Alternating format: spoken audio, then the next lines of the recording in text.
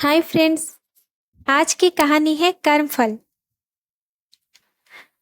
हम में से कई सारे लोग ये सोचते होंगे कि भगवान ने सबको एक ही जैसा क्यों नहीं बनाया।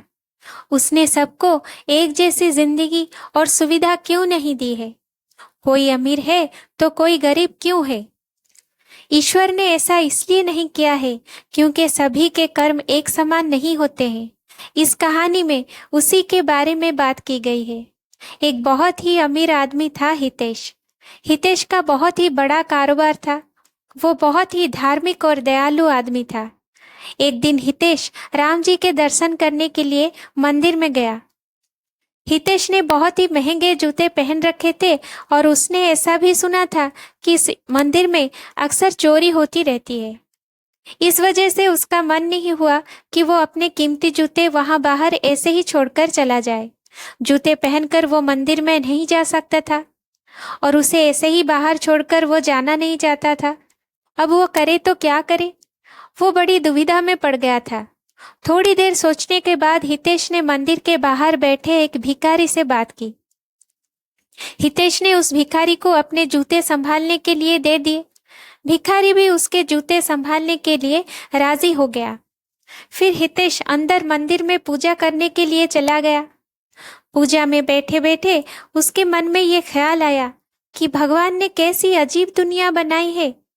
मेरे जैसे कई लोगों को पैरों में कीमती जूते पहनने लायक बनाया है, लेकिन उस बेचारे भिखारी जैसे अनगिनत लोगों को रोटी तक खाने के लिए भी भीख मांगनी पड़ती है।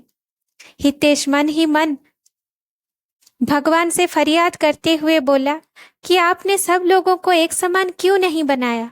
आपने सभी को एक जैसी जिंदगी और सुविधा क्यों नहीं दी। फिर उसने मन ही मन तय किया कि यहाँ से वापस जाते समय वो उस भिखारी को 1000 रुपए देकर जाएगा। पूजा खत्म होने के बाद जब हितेश बाहर आया तो ना उसने अपने जूते दिखे, ना ही उसे वो भिखारी दिखा। हितेश को लगा कि भिखारी किसी काम से कहीं बाहर गया होगा, इसलिए थोड़ी देर तक उसने वहीं खड़े रहकर भिखारी का इंतजार किया। काफी देर तक इंतजार करने के बाद भी जब भिखारी वापस नहीं आया तो हितेश को पता चल गया कि भिखारी उसे ठग के चला गया है।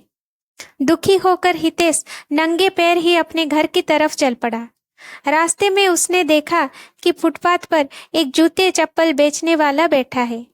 हितेश एक जोड़ी चप्पल खरीदने के लिए उसके पास जा पहुंचा। वहां पहुंचते ही हितेश की नजर उसके जूते के जैसे ही जूते पर पड़ी।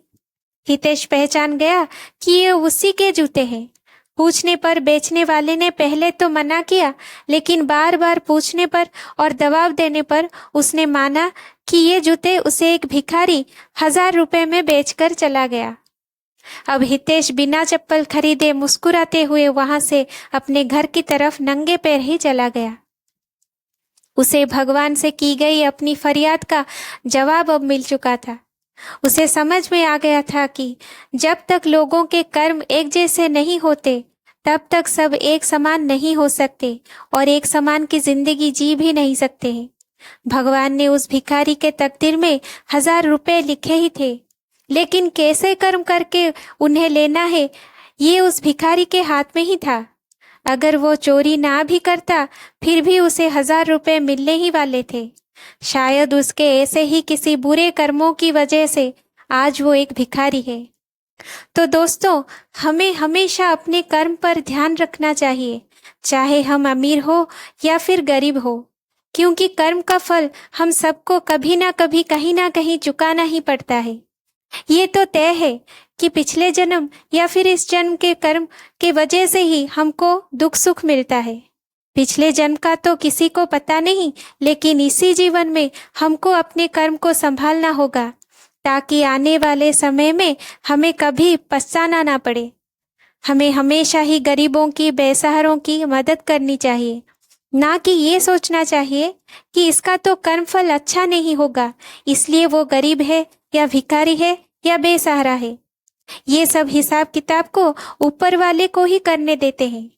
अब हमें क्या करना चाहिए? क्या हमें उनको उनके हालात पे ही छोड़ देना चाहिए या फिर उनका जितना हमसे हो सके उतना साथ देना चाहिए?